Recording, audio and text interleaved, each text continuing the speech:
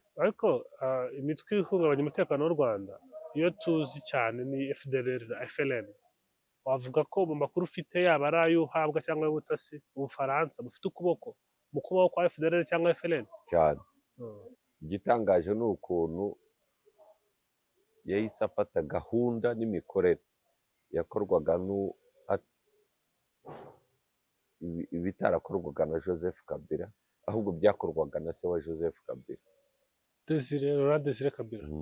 atangira kubikora. Buriya Joseph Kabila yarwanyaga abarwanya ubutegetsi bwe, agakora n'imishyikirano, akumvikana, akagerageza no gucengacenga bya bindi bya politiki, ariko niyo yajyaga mu baturage kubarimbura. Ibyo byakorwaga na Désiré Kabila, no Tshisekedi arabikora. Iyo ushatse political and historical connection between Désiré Kabila na Tshisekedi nayo, ko ibintu Tshisekedi uyu nguyu akora, ise niyo abyumva ari ikuzimu, ntekereza ko bituma ahindukira mu mva ye akibaza umwana yasize ni bwoko ki. Hari gahunda ubona hari abandi bantu bo mu bihugu by'uburengerazuba bw'isi bakoresha abategetsi ba Kongo, kandi bakabibakoresha mu nyungu zitari izabo. Kandi ntekereza yuko mfite ibitekerezo bishobora kuba biri weird.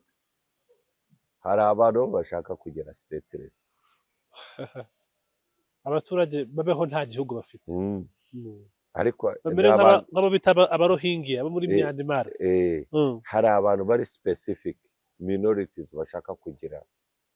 Iyo urebye muri iriya kudeta y'u Burundi yapfubye muri 2015, ukareba ukuntu imbonerakure na leta CNDD-FDD yabyifashemo, yinjiraga mu mazu y'abatutsi bafata abasore n'inkumi, bakaburirwa irengero, abandi bicwa, bituma bahunga, bamwe bahungira mu Rwanda.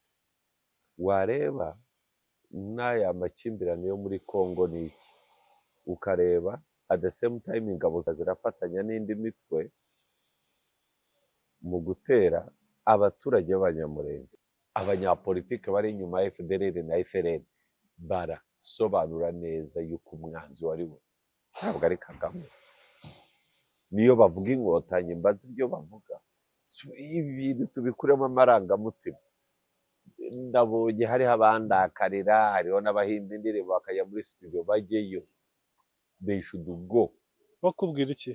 Bandirimba ngo mfite ingengabitekerezo, ngo mfite imyumvire y'amacakubiri. Se amacakubiri igihe yamfashe iki Mugabe? Njye Mugabe ari igihe nemera ko ari ibyo nshoboye, ari n'ibyo nashoboye. Amacakubiri ntiyashoboye, ntabwo nyashobora. Se amacakubiri yamfashe iki?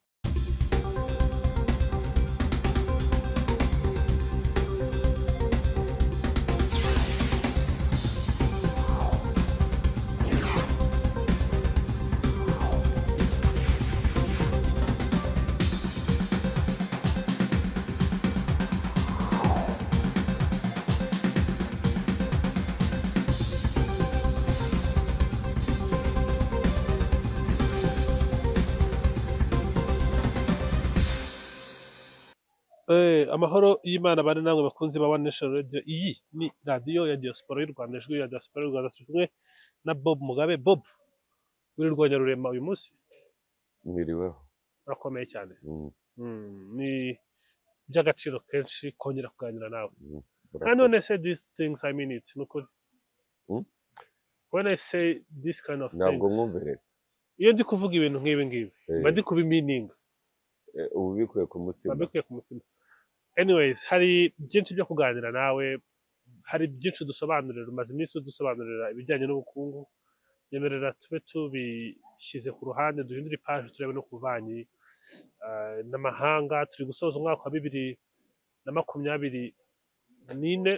Wasesengura ko uyu mwaka urangiye u Rwanda rubanye rute n'ibihugu by'amahanga, cyane cyane by'ibituranyi? Uganda tubanye neza, ari cyo gihugu meraho hano imbibi n'u Rwanda mu majyaruguru. mu burasirazuba tubanye neza na Tanzania cyane. Hari impamvu nongeraho cyane. Muri mu Burundi guverinoma y'u Burundi n'abaturage b'u Burundi ntabwo tubanye neza, abaturage bo tubanye neza ariko guverinoma ntabwo zibanye neza, so muri diplomasi harimo ikibazo. Ariko umuvugizi wa diplomasi y'u Rwanda, umukuru wa diplomasi y'u Rwanda, ambasada Nduhungirehe Olivier, avuga ko hari ibirimo gukorwa, hari ibiganiro birimo kuba, so twizeye ko bizagira umumaro nubwo tutakwizera ko mu by'ukuri tubanye neza. Igihugu tutabanye neza ni Congo, Repubulika Iharanira Demokarasi ya Congo, ariyo umuturanyi wo mu burengerazuba, umuturanyi wo mu majyepfo nawe w'u Burundi ntabwo tubanye neza kubera impamvu imwe ikomeye. Impamvu ikomeye icanye kuri ideology, hari ideology difference, bikabangamira na interest z'umubano w'ibihugu byombi. Naho ibindi mu bihugu byinshi bya Afurika tubanye neza cyane. Mu bihugu by'Uburayi tubanye neza, ibindi biratubanye neza ariko bitubangamiramo nk'Ububiligi n'Ubufaransa. Buriya Abafaransa nabo ni indyarya ukuntu, kandi bari kuburanisha abantu bakoze hari jenoside ibyo barimo gukora ariko hariho n'ibindi bakora mu bwihisho. nk'ibiki? So guverinoma ya Macron ni inshuti mu buryo bwa politiki na diplomasi, ariko ibyo bakora mu buryo bwa gisirikare ntabwo ari byo. N'Ababiligi ibyo bakora mu buryo bwa gisirikare si byo, ntabwo tubyemeranywaho.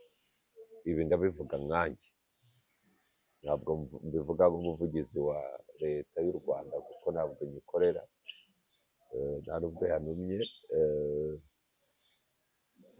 Muri rusange uyu mwaka ugiye kurangira diplomasi y'u Rwanda ihagaze neza. Ariko Abafaransa barabavuga mu nterurombi kandi bivuga ko aribo basunika bid ya EU iza ku Rwanda, amafaranga aza gufasha RDF muri Mozambique. Hari ibyo bavuga, hari n'ibyo bakora bimwe byiza, hari n'ibindi bakora bitari byiza. Hari ingero se? Ariko mu Bufaransa, navuze mu rwego rwa gisirikare, hari imitwe myinshi ubona bafitemo akaboko, Ihungabanya umutekano w'u Rwanda se? ugamije guhungabanya umutekano w'u Rwanda. N'Ababiligi bafitemo ukuboko, yewe n'Abadage baragufite, nuko Abadage ibintu byabo babikora bucece. Ariko mu buryo bwa diplomasi tubanye neza cyane n'Abafaransa, tubanye neza n'igihugu cy'Ububiligi. Kandi cyaranze ambasaderi? Ntabwo ari neza. Ububiligi ntabwo ari neza? Mu Bubiligi ntabwo ari neza, hari ikibazo. Mu Bwongereza tubanye neza, Amerika tubanye neza, nubwo nayo ibifitemo ibintu biri aho byo kubeshya, ariko tubanye neza diplomatically. No mu mishyikirano izahuza abakuru b'ibihugu wa Repubulika Iharanira Demokarasi ya Kongo n'uw'u Rwanda, bazahurira i Rwanda ku itariki 15 Ukuboza, ndumva Perezida Biden azaba ahari. So icyo ni ikintu cyiza kigaragaza umubano mu bya diplomasi. Ibihugu byinshi biri mu muryango wa African Union tubanye neza cyane. Hari umubano ushingiye ku bukungu n'ubuhahirane, n'umubano ushingiye kuri diplomasi. Yego, so tubanye neza. Ariko imitwe ihungabanya umutekano w'u Rwanda iyo tuzi cyane ni FDLR na FLN.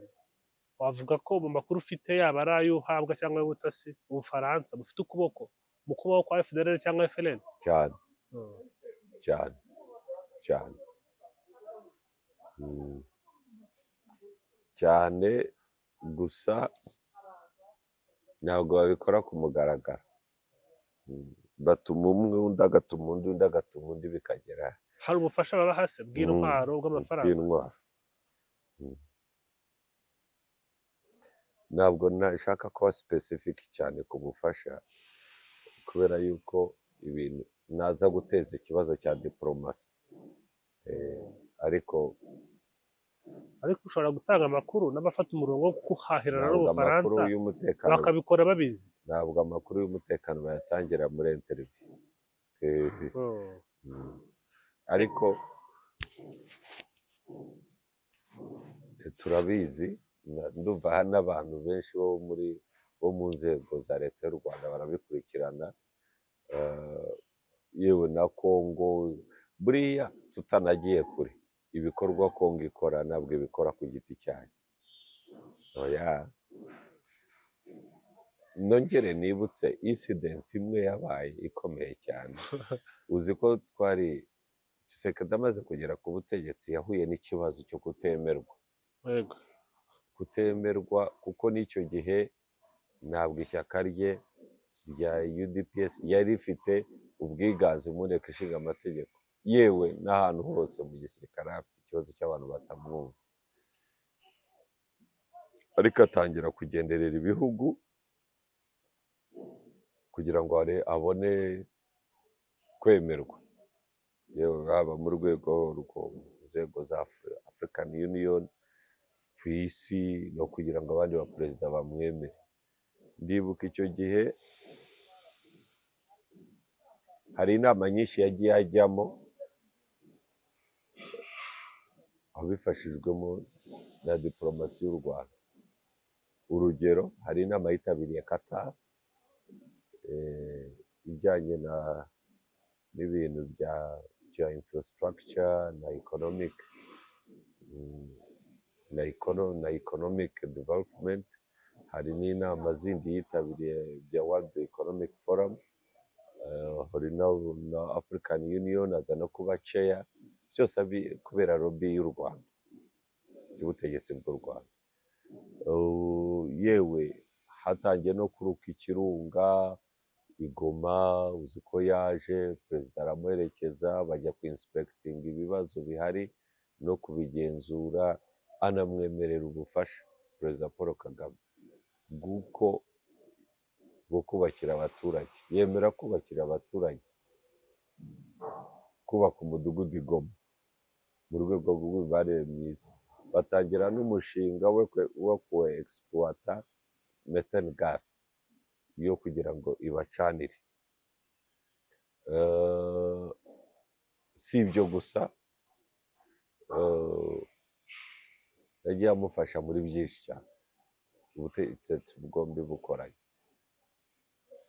Hari n'amasezerano na Rwanda yajyayo n'ibiki, ubona hari n'itsinda ngira ngo ry'abajyanama baturukaga i Kigali bagira inama perezida Tshisekedi.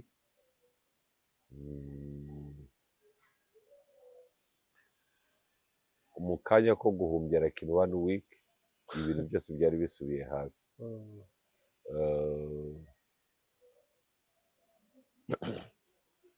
Subira hasi. Igitangaje ni ukuntu yahise afata gahunda n'imikorere yakorwaga ibitarakorwaga na Joseph Kabila, ahubwo byakorwaga na se wa Joseph Kabila, Desire Kabila. atangira kubikora. Buriya Joseph Kabila yarwanyaga abarwanya ubutegetsi bwe, agakora n'imishyikirano, akumvikana, akagerageza no gucengacenga bya bindi bya politiki, ariko niyo yajyaga mu baturage kubarimbura. Ibyo byakorwaga na Desire Kabila, no Tshisekedi arabikora. Iyo ushatse political and historical connection between Desire Kabila na Tshisekedi nayo, ko ibintu Tshisekedi uyu nguyu akora, ise niba abyumva ari ikuzimu, ntekereza ko bituma ahindukira mu mva ye akibaza umwana yasize ni bwoko ki. Isura Tshisekedi. Kuko n'ubusanzwe nka Desire Kabila na Tshisekedi ntabwo bavaga mu bwoko bumwe. Urumva cyane ubutegetsi bwabo bwa Desire Kabila n'ubwa Joseph Barumba bagiye bababangamiramo cyane ukabona barabapinga. So, kubona umuruba yaje gufatanya n'umunya muri iyo ntuza. So,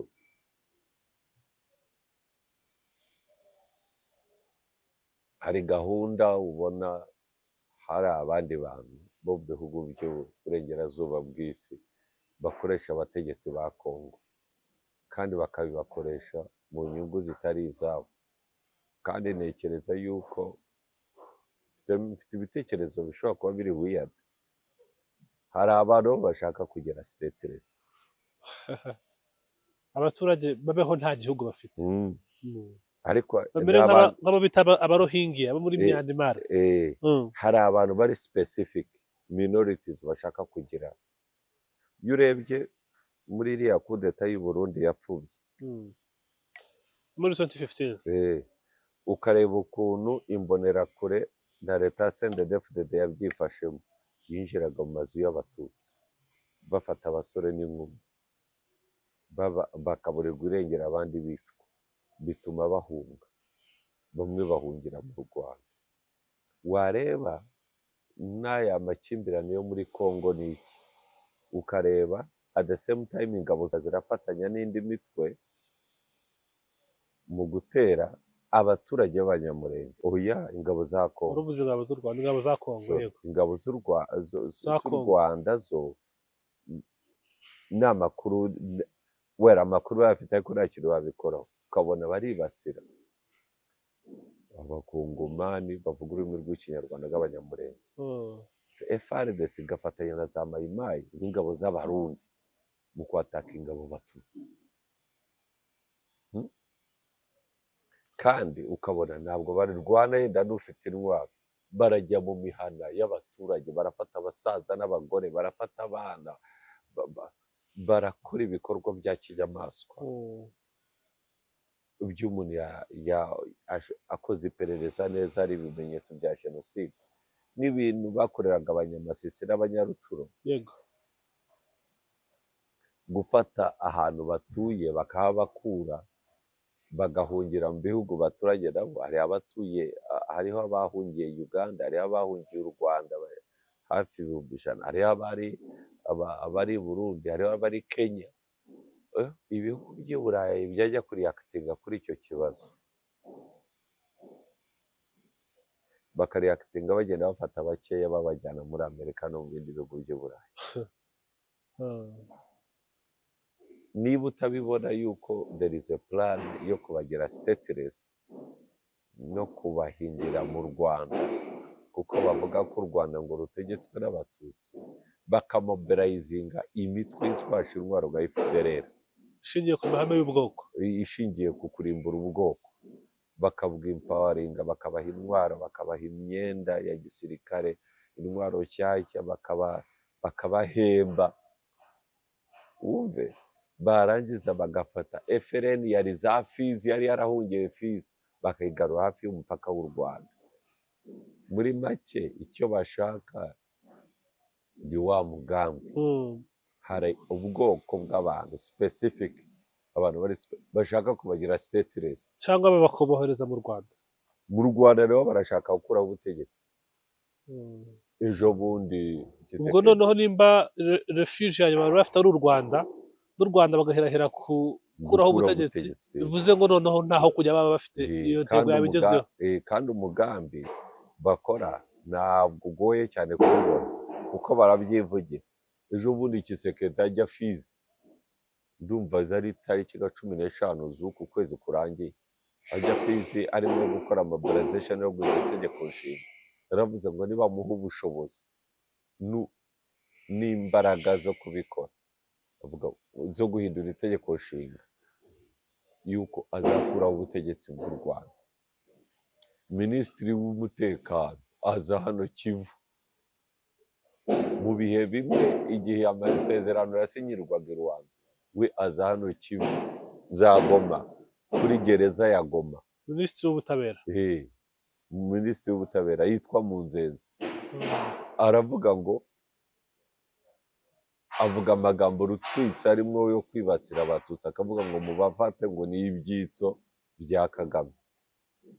avuga ko azafata Kagame. Ibyo byose se ukumva Rusesabagina n'ibyo avuga ngo mu Rwanda hari ubutegetsi bwa apartheid, ukumva Nahimana n'ibyo avuga. Urutekereza yuko ibyo byose iyo ubihuje warangiza ukibuka ibintu General Neva yavuze ari muri Kongo abwira urubyiruko yuko azafasha urubyiruko rw'u Rwanda gukuraho ubutegetsi bwa Kagame. Ziri mu mugambi utari clear. And sometimes ntekereza ko we shall need to fight for our survival.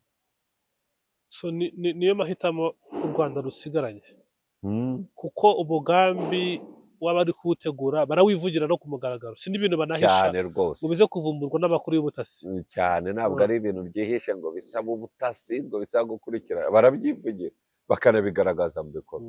Umuntu wese ukurikira arabibona. ese kuki nta pressure yo ku rwego mpuzamahanga turabona ishyirwa kuri Kongo nk'ishyirwa ku Rwanda, kandi aribo babikora. Erega ibintu byatangiye kera muvandimwe wanjye ku butegetsi bwa Rudahigwa. Bari baratangiye ibintu bimeze nk'ibarura ryo gushaka gusangira ubutegetsi ki bajya mu ngabo z'igihugu. Mu mateka y'u Rwanda ingabo z'igihugu ziheruka kwitwa iz'ingabo.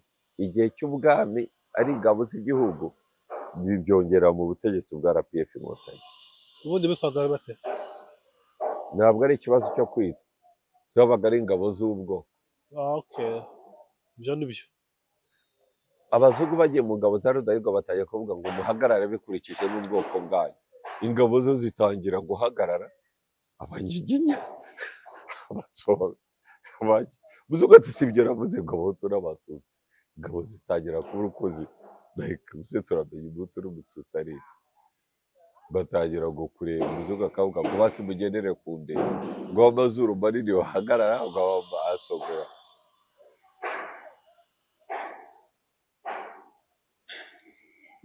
Na Rudahigwa atangiye ibintu bya social justice, byo kugabanya inka Abahutu n'Abatutsi, byo gukuraho ubuhake no gukuraho some policies, kwihutira vuba kumuhitana.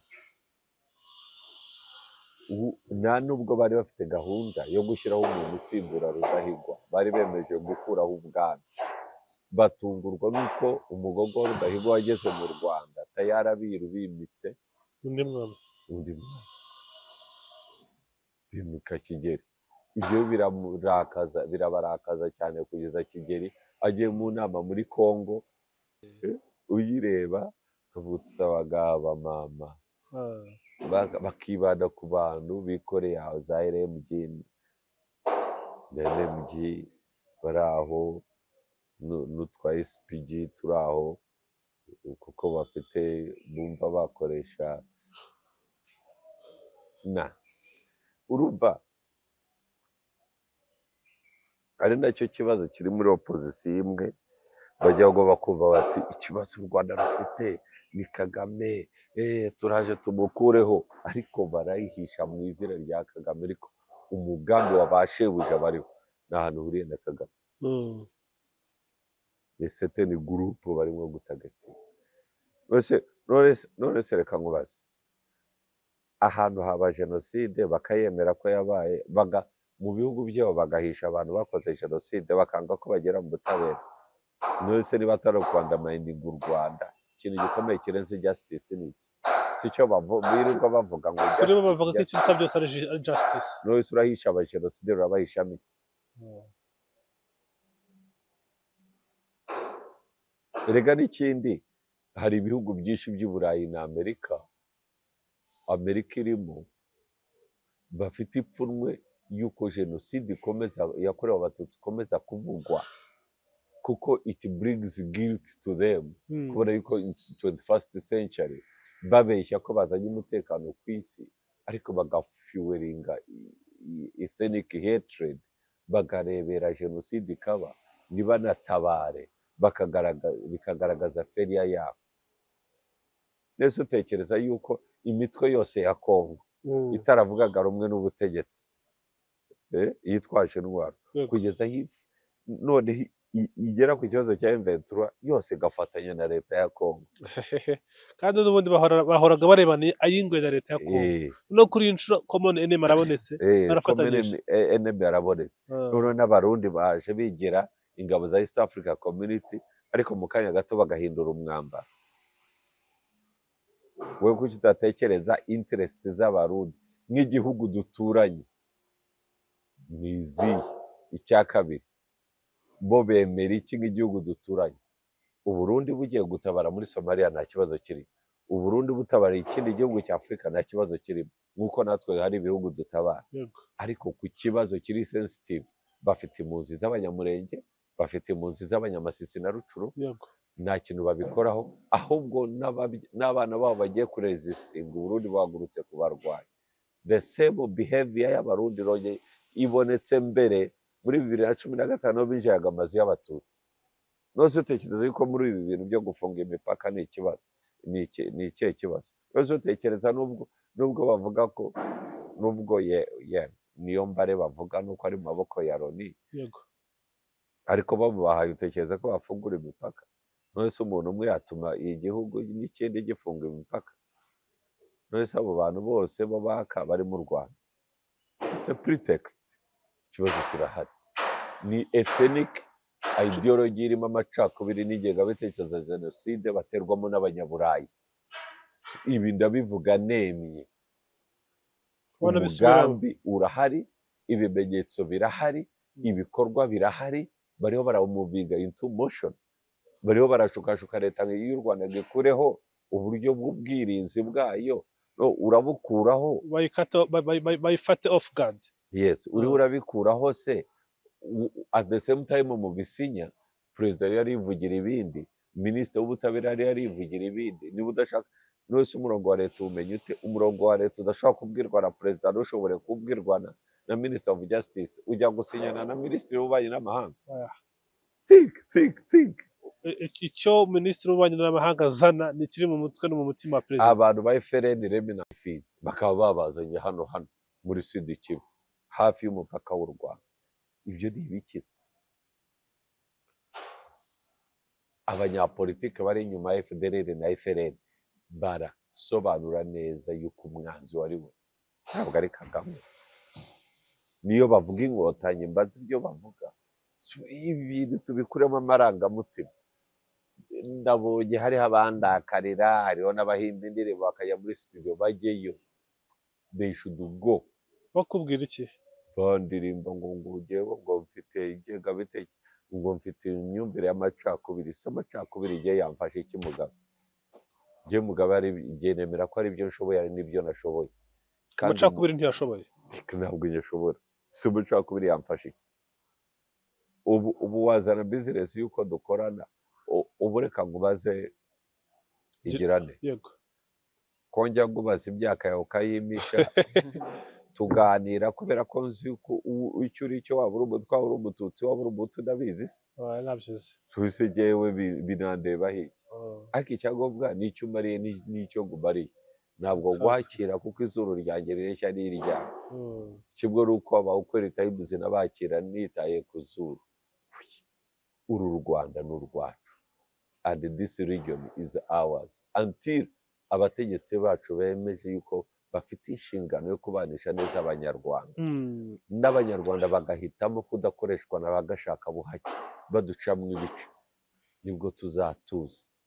Hari amadetails menshi wagiye ukomozaho, ndashaka kukubaza specific details ku detail. Wakomeje ku bya Fizi, ukomoza cyane kuri Tshisekedi, ku mubano yari afitanye n'u Rwanda mbere. Reka duhere ngaho. Tshisekedi niba koko ari we muntu yari ari kuva na kera, kuki yabanje kwiyorobeka kuza mu mubano mwiza no gukenera lobbying y'u Rwanda? Oya, lobby Tshisekedi buriya nta nubwo ari icyana kibi. Umugabo mwiza, ariko arabizi ko ari weak, arabizi ko atashoboye gukora management ya Congo. Ariho arakora kugira ngo agume ku butegetsi, akumvira amabwiriza y'abazungu. Umubano w'u Rwanda na Tshisekedi kugira ngo upfe ntabwo byavuye kuri Tshisekedi? Oya, byatewe n'abakongomani bamwe bari matonge bakoreshwa n'abazungu, matonge y'icisha asa n'amatonge yo mu Bubiligi. bakoranye na Gisekedi atwara taxi voiture, abo ngabo nibo abazungu banyujemo kugira ngo bababwire umugambi, n'abandi bazungu bajya kumwirebera i Kinshasa.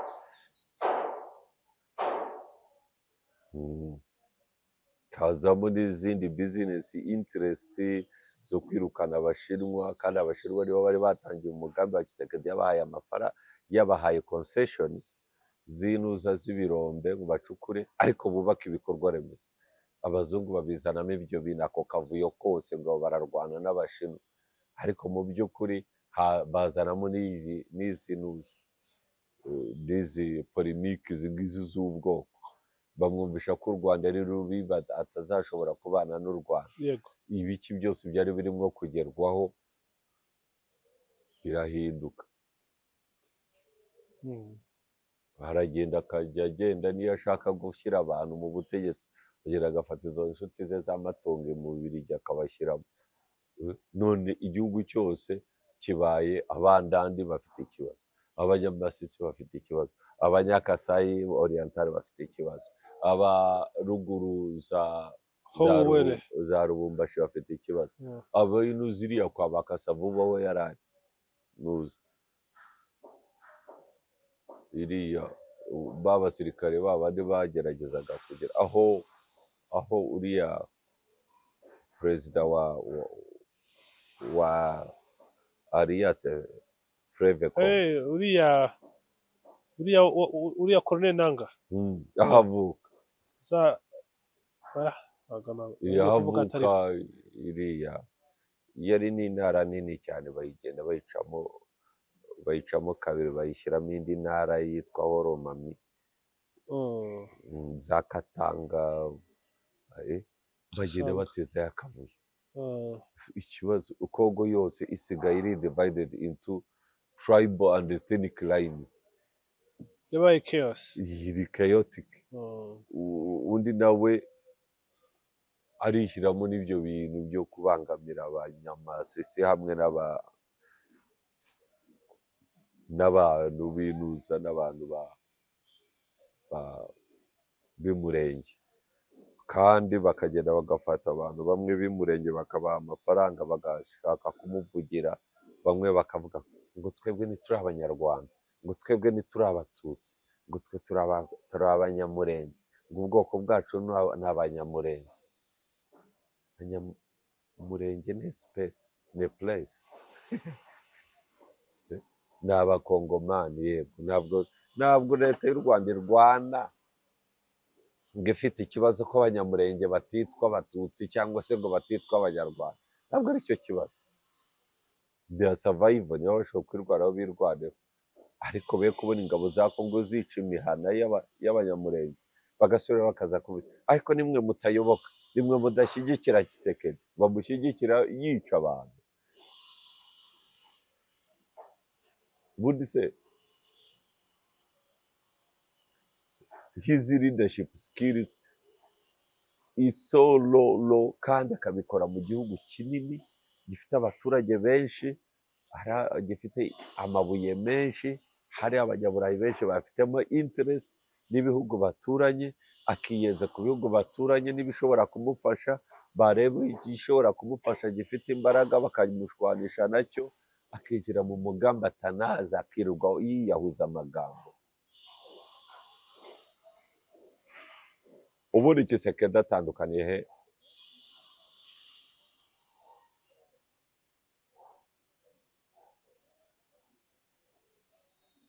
Kandi reka icyo nyisibuke. Ubundi se Gisekedi, perezida Gisekedi yubatse igihugu cye agahuza abaturage under the banner y'idarapo ry'igihugu cya Kongo. Abavuga ikinyarwanda, abavuga ibiki byose ntabwo bishishikaje, bose bakishimira kuba abakongomani.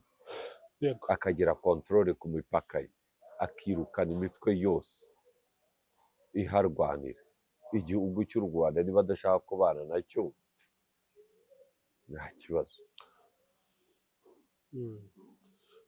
Ubundi se kuki iby'abazungu batinya, bashatse kunyura muri Tanzania biranga? Uburundi leta y'u Burundi yashatse gutera leta y'u Rwanda kera, wera si kera cyane, ku butegetsi bwa Nkurunziza. Niyongabo aramwangira, uriya minisitiri w'ingabo aramwangira, aramubwira ati intambara ntabwo ishoboka, niba tugomba kurwana at least. Tanzania bwari ubutegetsi bwa nde, bwa Jakaya Kikwete cyangwa Magufuli? Eh? Ubutegetsi bwa Tanzania bwari buhari icyo gihe bwari ubwa nde, Jakaya Kikwete cyangwa Magufuli?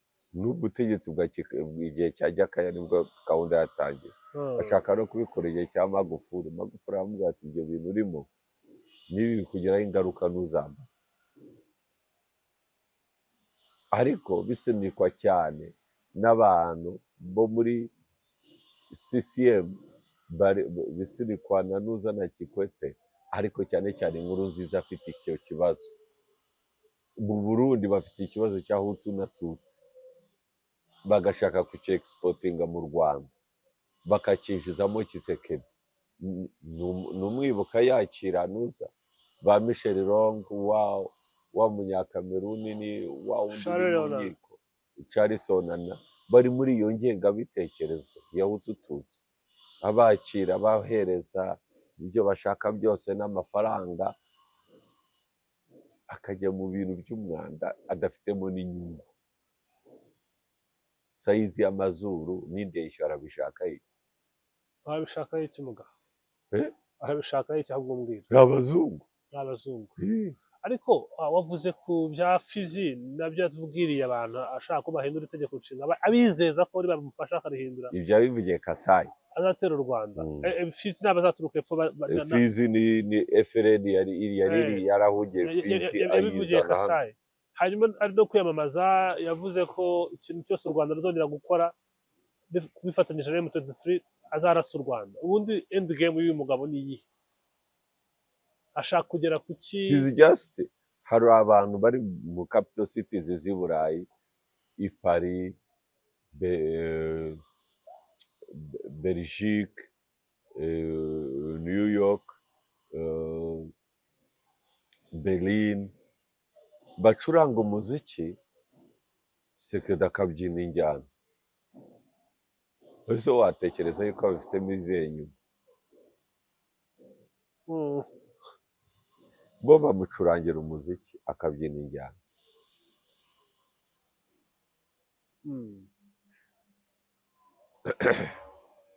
Hanyuma akagenda akajya ku blackmailing i Rwanda ngo bariho barasinya amasezerano yo kurwanya FDLR. Well, nibayirwanya ariko simbibona. Sinekereza ko Tshisekedi yageze aho ashyira agatima imembera akumva yuko afite interest.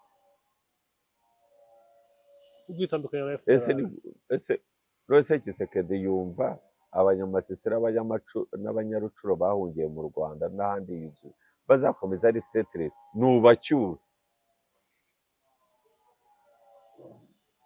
kandi aho bakagiye uhashyize FDLR mu mago yabo, nose bumva bazaba ari stateless? Nose ntabwo ubona bo uburyarya bw'abazungu? Icyo kibazo se ko kiba gicecetse? None se wowe twamaze imyaka irenga 35 mu buhunzi, njye Mugabe navukiye mu buhunzi, twagiye kuyimara kuva 59 kugera 9 muri 90 tuzi turwana. UN ntiyari ihari, Human Rights Watch ntiyari ihari, Amnesty International ntiyari ihari. Abo bose African Union ntiyari ihari, OAU, abo bose ntibahoraga bandikirwa, twandika inzandiko zitarangira, babikoraga iki? The same silence yabaye muri iyo myaka 30 turi mu buhungiro. It is the same silence iba ku banyamasisira abanyarucuru. Noneho bakajya bafatamo bamwe bakabajyana i Burayi. You are just creating stateless people. Kandi basing on the ethnicity. Ibi nabibabwira na UN nabibabwira. This is a serious problem. Kandi it is a threat to the ethnicity survival. Ubundi birambabaza kumva yuko ndibwo kuvuga kuri ibi bintu, ko hari ibindi twakagombye kuba tuvugaho dushakisha uburyo twazamura ubukungu, dushaka uburyo twatera imbere, dushaka uburyo twacuruza, dushaka uburyo ahubwo ibihugu byakwihuza tukagira big market, tukagira big economy, tukagira strategic security,